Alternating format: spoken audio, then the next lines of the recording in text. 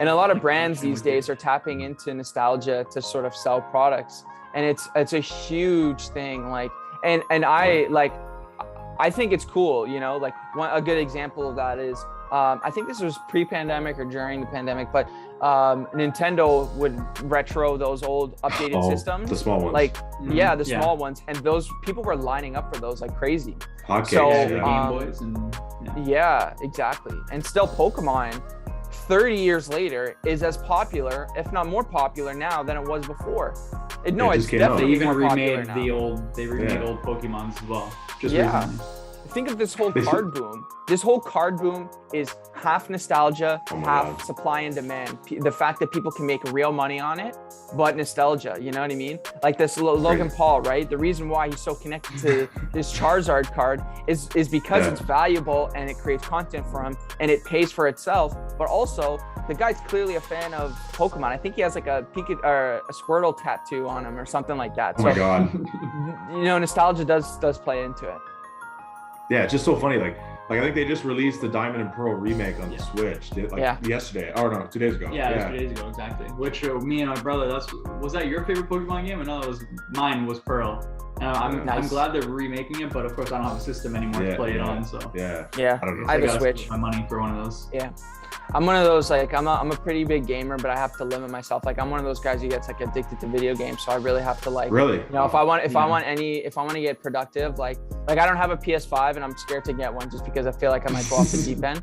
And what I mean by off the deep end is I mean, like, when my favorite game is FIFA. And so what I'll do is I'll play FIFA Ultimate Team and I will spend $200 a week on packs trying to get the best player. Yeah. So I'm one of those psychos I'm one of those psychos that will like not just buy the game and the system, but I'm spending in the game.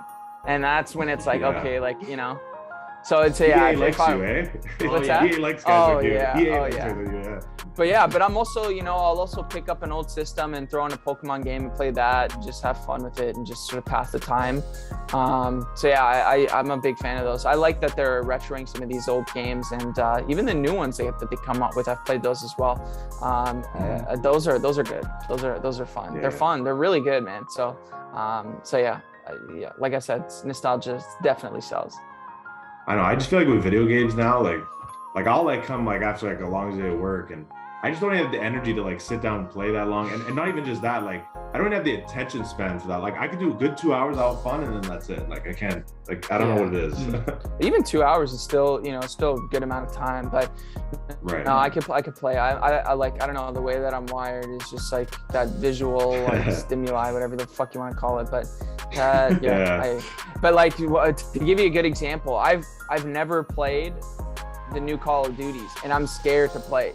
I've never played them, Warzone or whatever. Okay. Like, and people are going nuts, and I'm like watching these gaming videos to a game that I've never played, and I'm like, no, like I don't know, I just because Call of Duty was another one. Call of Duty 4, you know, when that first dropped on PS3, holy shit, that was like big time, you know, spending all day playing that. So I don't know, it's just how I'm wired, I guess. Yeah, it was dangerous those days. Just log on after school, that's when my team addiction started. Yeah, that's I can't let go of it. That's the problem. And I remember during that time, you guys may remember, but there was a kid, I think it was in Canada, who his parents had taken away his Xbox 360, and he actually ran away from home. And there was this big story and this big search of trying to find this kid. And he actually ended up dying. I started to take the podcast down and we were terrible. But all this to say that video games clearly addicting, and people are willing to just, you know, do some crazy shit just because of, you know, these games. So I don't know. I took the podcast down a weird turn. a little bit. But just video games, man. I don't know. It's just there's like, I guess you have like an addictive personality, you're saying, I guess, right? Yeah. If I am not interested in something, it's like pulling teeth to get me into it. Like same with school. Like I wasn't the most studious kid.